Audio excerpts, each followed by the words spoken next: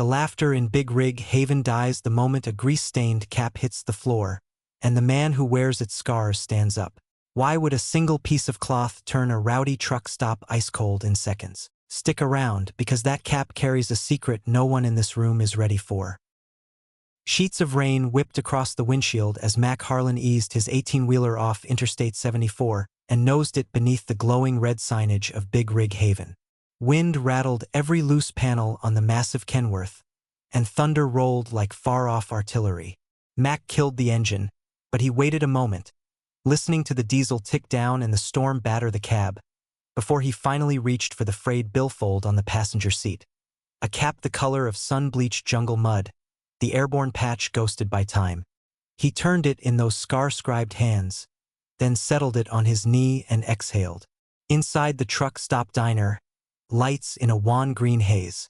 Country rock crackled low from a ceiling speaker long past its prime. The place was thick with the smell of fryer grease, hot coffee, and the soaked clothing of people who spent their lives between horizons. Forks clinked on porcelain. Laughter ricocheted off chrome napkin dispensers. Mac shouldered the glass door open. Rainwater revered off his jacket and splashed onto the checkered linoleum. A younger trucker whistled under his breath, not at Mac's size, but at the deep, mile-carved lines on the man's face, like continental divides. Mac offered no greeting. He simply walked the long aisle to the counter, pulled himself onto a vinyl stool, and set that cap, deliberate, ceremonial, directly beside his cup of black. 2 seats down, Derek Morris, 26, still smeared with axle grease, stopped drumming his ratchet on the countertop. The mechanic's eyes flicked to the cap, then to Mac's weather-cracked expression. Amusement curled Derek's mouth. "Nice prop," he said, voice pitched so the nearby tables couldn't miss it. "Flea market special?" Mac didn't flinch. He kept stirring sugar he didn't need into coffee he barely tasted. Rain hammered the roof. Derek leaned in, elbow sliding through a puddle of spilled cola. "Come on, old-timer. Tell me you didn't buy that thing to pick up sympathy discounts." He grabbed the cap before Mac's fingers even rose. 99 cents on a clearance rack, right? A couple of rookie drivers at a corner booth, Ricky Klein and Lonnie Watts, turned, snickering like children released at recess. Ricky still had that new license glow. Lonnie wore a ball cap bearing a streaming service logo, irony lost on him. Ricky shouted across, "Yo, Derek, make sure it's real silk. Guy looks like he only rolls in luxury." Laughter spiked in volume, clattering silverware. A line cook paused mid-flip of a burger, but no one intervened. Cruelty traveled fast in closed quarters when boredom stirred the pot. Derek vaulted from his stool and lobbed the cap to Ricky. "Let's test whether it's bulletproof." The airborne relic spun, scattering droplets as if still catching rotor wash from above a war zone. Mac rose slowly, deliberately. The stool squealed, scraping the floor like a warning shot. Ricky fumbled the catch. The cap slapped onto the edge of a bucket of fryer oil left for disposal, then slid from the rim into a slick puddle of grease. The embroidered airborne wings soaked dark, almost black. Silence collapsed the room. Forks hovered in mid-bite. Even the jukebox track seemed to mute itself, as though ashamed. Mac stood stone still, staring at the cap on the floor, his throat working once, twice. His voice, when it finally dislodged, came out low enough to make every patron lean in. "Pick it up." Ricky swallowed, but bravado was a cheap drug. He forced a grin. "Buddy, it's ruined." A boot heel thudded on the doorway threshold. It was a big sound, final like a gavel. Heads swiveled. Cole Brighton, the warehouse foreman, filled the entrance. 45, barrel-chested, sleeves rolled to reveal ranger-tattooed forearms. Rainwater sluiced off a shaved head and onto shoulders as wide as the doorframe. Cole scanned the freeze-frame tableau. The mechanic mid-laugh, the rookies half-standing, Mac rigid as a guard tower. He saw the cap on the floor. Something glinted behind a wall of controlled rage in his eyes. He walked, no rush, just heavy certainty, toward the puddle.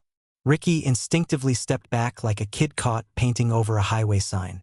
Cole crouched, lifted the cap from the grease with thumb and forefinger, treating it the way some men handle the torn page of scripture. He wiped it across the dry inside of his jacket. Then on a dish towel a waitress wordlessly handed him. Cole read the faint name on the inside band. Ink faded to the memory of ink. SGT. Daniel Mule Harris. He turned, gaze sweeping every face. You know what these colors are? His voice was steady, but it carried an edge that razored through the tension. This cap belonged to a man who burned a squad of insurgents out of a hell house in Fallujah. He got 6 men out, stayed to drag the 7th. A breath. Then he bled out waiting for evac, because the Black Hawk never made it. The rookies stared at their boots. Derek's face drained of smirk, replaced by a colorless shock. Somewhere in the kitchen, a timer dinged, but the cook didn't move. Cole turned to Mac. You were there. It wasn't quite a question, not quite an accusation. More a recognition. Mac met his gaze. Those eyes, dark as wet asphalt, held decades of engine hum and road hours. Yet behind them flickered a memory too searing for daylight. He didn't nod, didn't speak. Silence was answer enough. Cole laid the cap, carefully, reverently, onto the counter in front of Mac. A single drop of fryer grease trailed down the bill like false blood. Mac's fingers closed around it, and his shoulders sagged an inch, the way men only do when their load is briefly shared. Cole straightened, swiveled toward Derek first. You work the bay outside? Derek managed a croak. Yes, sir. You'll spend the rest of this shift cleaning every patch of grease in that garage. And you'll start with the puddle you just christened. Derek nodded so hard his cap fell off, and he scrambled to catch it. Cole's gaze pinned Ricky and Lonnie next. You boys think valor is a punchline? Coach Acquire Together's about to become your new hobby. Driver's lounge needs scrubbing. 5-hour job if you hustle. Lonnie gulped. Yes, sir. Good. Cole's voice softened half a shade as he faced Mac again. Coffee's on me. Mac inclined his head, a gesture bordering on thanks. He settled back onto his stool, the din around him shifting from charged silence to subdued clatter as people remembered how to move. The waitress poured a fresh mug for Mac. Her hands trembled just enough to reveal the adrenaline in the room. She lingered. He have family? The soldier. Mac's thumb stroked the edge of the cap. He had a sister, he said finally. Each word scraped raw from somewhere deep. Back in Kansas. Nothing else. Cole dragged an empty stool between them, sat with elbows on the counter. Rain slanted sideways past the window behind him, lightning etching his silhouette in stop-motion white. You running freight east? He asked quietly. Mac sipped. Where the loads take me. Cole nodded. Mule's sister. She ever get the whole story? Mac's jaw ground. Not yet. Something unspoken passed between the two men. A ledger of debts unpaid, ghosts unlaid. Behind them, Derek was already on his knees with a bucket and rag, scrubbing the greasy puddle like it was an unpardonable stain on his own soul. Ricky and Lonnie shuffled toward the back hallway under the cook's watchful eye. The jukebox crackled back to life, spitting out an old Merle Haggard tune about broken heroes and dusty roads. Conversation resumed in careful murmurs, but eyes slid sideways at Mac, at Cole, at the cap, now resting safe if battered on the counter. Outside, thunder bellowed one last time before rolling onward, leaving the truck stop in a hush that felt like held breath. Mac lifted the cap and placed it on his head. It didn't fit quite right over the years of weathering, but it felt true. He took another swallow of black coffee, a bitter heat that anchored him to the present. Somewhere down the road, dawn would break. For tonight, though, the storm inside Big Rig Haven had already spent itself, leaving behind the kind of silence that forced everyone to hear their own heartbeat. And on that sodden night, with grease dripping into a bucket and apologies hanging unfinished in the air, the first mile of a different journey quietly clicked into gear.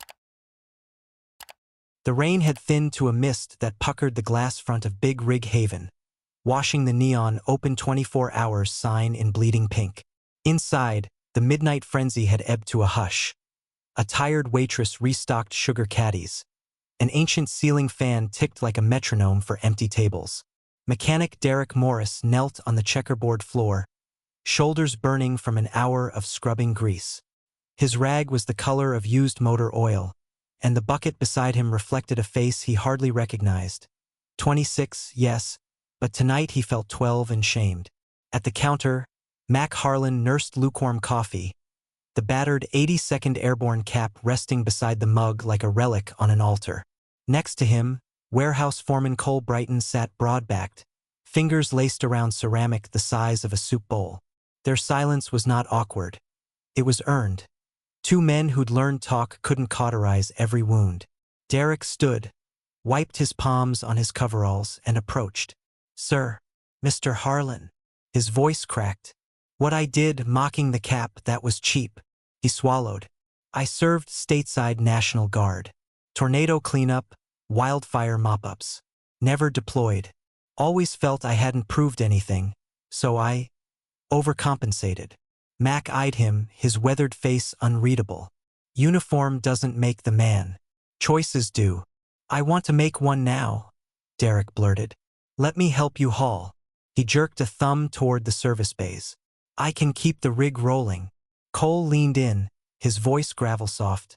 "We leave at 5. Hill country's hard on brakes. You ride shotgun, wrench what needs wrenching. That's how you repay a cap." Derek's relief looked almost like pain, but he nodded. Cole reached inside his jacket and produced a padded envelope yellowed with years. "Army mailed me mules effects, dog tags, commendations. Couldn't face them till now. Figured his sister should have the lot."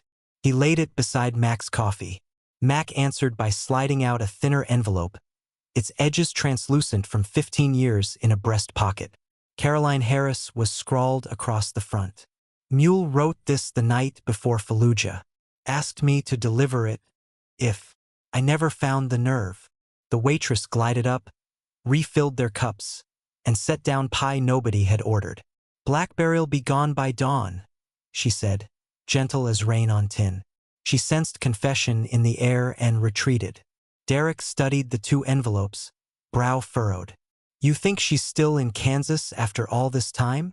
"Land keeps its people," Max said, "even when they think they're keeping it." A door creaked. Ricky Klein and Lonnie Watts shuffled in, their bleach-stung eyes and red fingers proof of their penance in the driver lounge showers. Ricky cleared his throat. "Place is spotless, sir." The sir aimed at Cole but landed on Mac. "Sorry about the cap." Cole only nodded.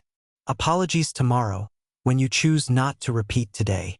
Mac added, "Rest up. Road's unforgiving if you're not." The rookies shuffled off, chastened. The clock over the cash register flipped to 3:47. Mac drained the last of his coffee. "I'll check tires," he murmured to Cole. The foreman stood too, his joints popping like rifle bolts. "I'll top the tanks, load spare belts." Derek hovered. "Where do you want me?" "Bay 4, Cole said. "Crawl under that Kenworth. Anything cracked, change it. Anything frayed, replace it. GPS fails in the mountain pass, but fresh hoses don't."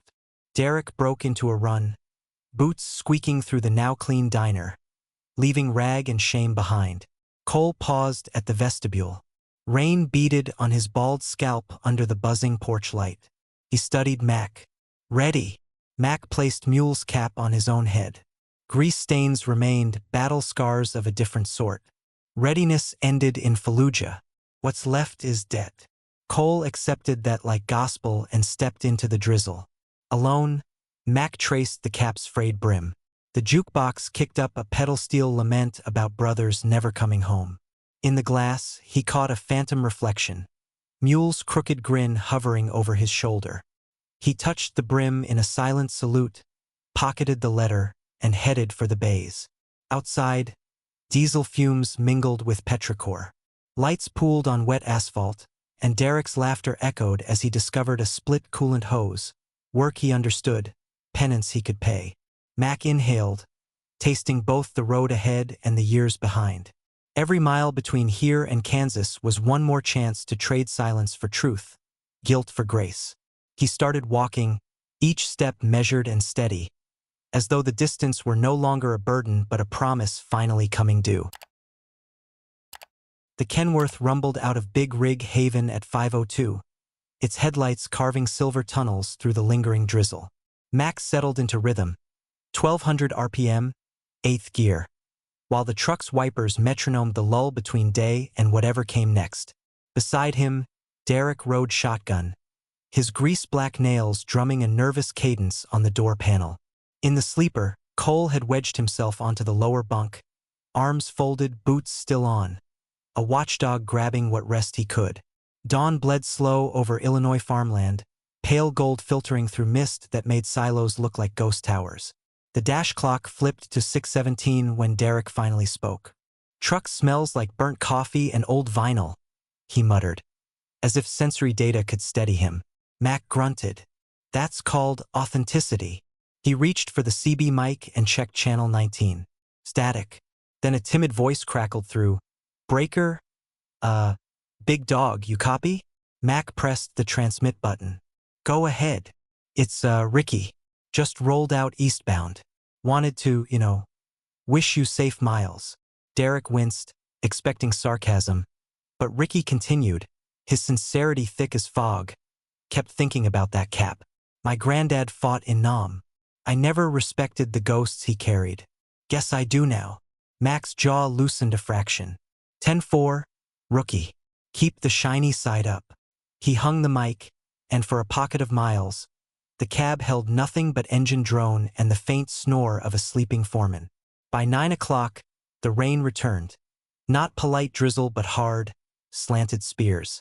Visibility shrank to a smeared postcard. At mile marker 212, Mac eased onto the shoulder. The wipers couldn't keep pace. From the sleeper, Cole sat up. "Roads icing farther north. We detour south or chain up." Derek scanned truck stop weather on his phone, his thumb flicking anxious. Past conditions dropping to 28 degrees. Black ice specials. Mac stared through the windshield, rain tracing erratic Morse across the glass. "We stay the course. Mule's sister isn't moving south to accommodate us." Cole eyed the driver's profile, calculating risk versus debt, but nodded. "Then let's chain." They stepped into the storm.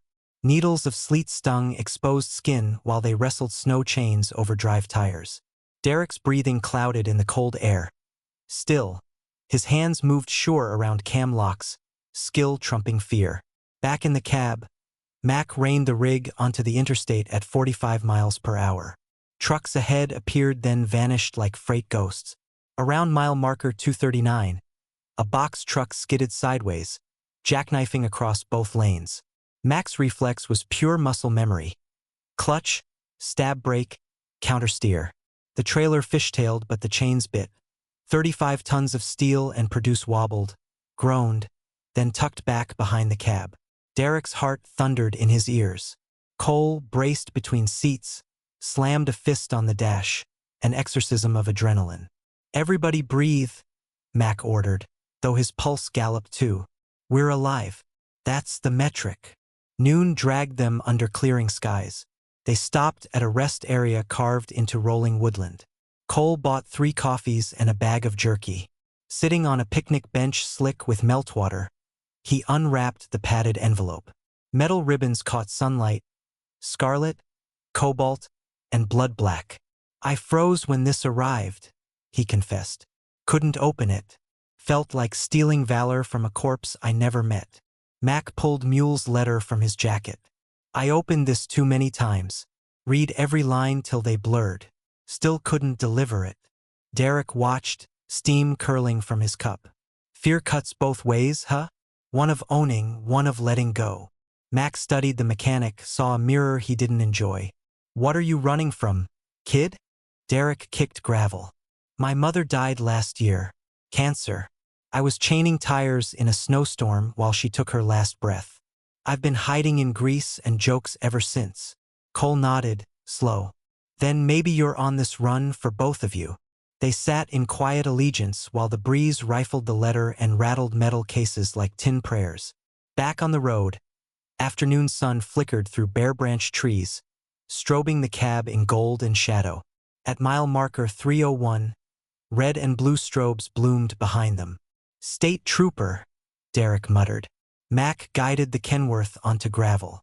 Officer Hernandez approached, broad-shouldered, eyes sharp. Routine safety check, gentlemen.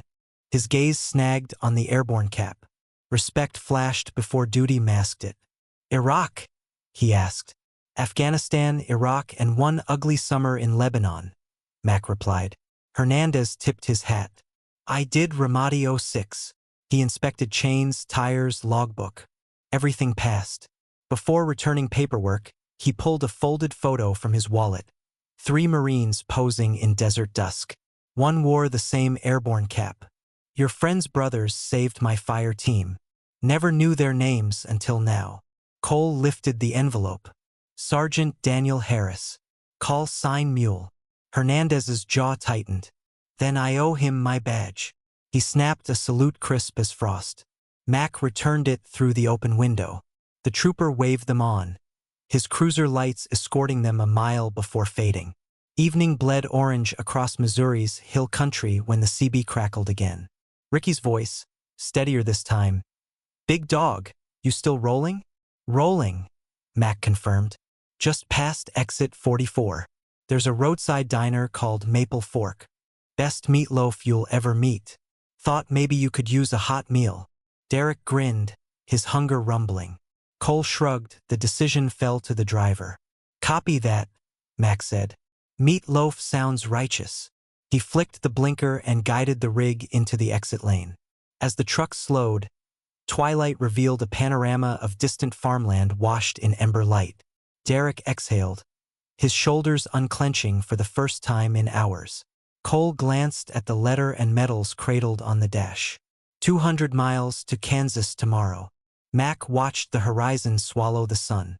And a lifetime to close, he murmured, easing the Kenworth toward glowing diner windows that promised warmth, pie, and the fragile silence 3 men still needed before confronting dawn. Gray dawn slid over the parking lot of Maple Fork Diner, gilding puddles and outlining the Kenworth in pale pewter. Inside the cab, Mac exhaled a single cloud of breath, turned the key, and the engine answered with a low, confident rumble. Derek was already belted in, his toolbox wedged between his boots. Cole folded the road atlas on the sleeper and climbed forward. The cafe's cook lifted a mug in the window as they rolled onto the westbound on-ramp of Highway 36. Kansas met them just after 9. Wheat stubble glittered with frost, and the sky felt enormous enough to swallow regret. Nobody talked. The silence was a pocket they all needed. At 11:42, the green mile sign for Junction City, 2 miles flashed past the windshield. Cole snapped out of his doze and pointed to a 2-lane heading south toward scattered farmsteads. Caroline's place should be 5 miles down, he murmured, his voice hoarse from unused words. A minute later, Mac eased onto a gravel shoulder outside a white farmhouse flanked by barren cottonwoods. Wind rattled a sheet metal weathercock. Otherwise, the world waited. Mac killed the engine. None of them moved. Derek finally forced the door and climbed out, his boots crunching on gravel. He circled to Mac's side and opened the driver's door. If you can face Fallujah every night, you can face this porch. He started up the path, his heart hammering louder than the distant diesel tick down. The screen door squeaked open before he reached it. Caroline Harris, late 30s, her hair threaded with daylight, wearing a faded for H sweatshirt, stepped onto the stoop.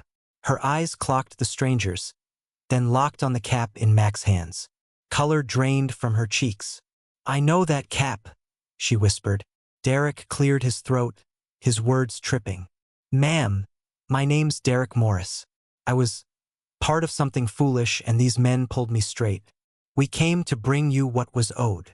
Mac walked forward, every step deliberate, and removed the cap. I drove with your brother, he said, his voice low but steady. Daniel saved men, including me, 15 years ago. He asked me to get this letter to you.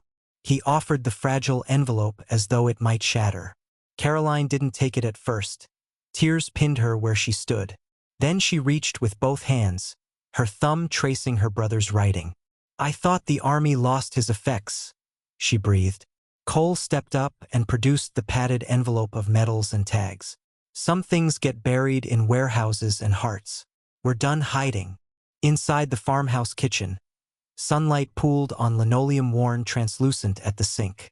The walls were a shrine, a framed graduation photo of a lanky boy in dress blues, a news clipping about Fallujah survivors, a dusty acoustic guitar missing 2 strings. Caroline laid the letter on the table, her fingers trembling, and slid a paring knife under the seal. Max stared at the floorboards while she read. When her voice broke on the line, "Tell Mom I'm still lousy at writing home, but I'm good at keeping promises," he lifted his eyes. Caroline pressed the letter to her chest, tears streaking unashamed. "You kept your promise," she said. "I kept it late," Mac answered, his throat raw. "And I'm sorry for every mile between." She shook her head. "Late is not lost." Cole set the medals beside the letter, dog tags chiming like tiny bells. "He earned these, and so did you, every family does." Caroline picked up the bronze star and turned it under the light. "I never knew what happened.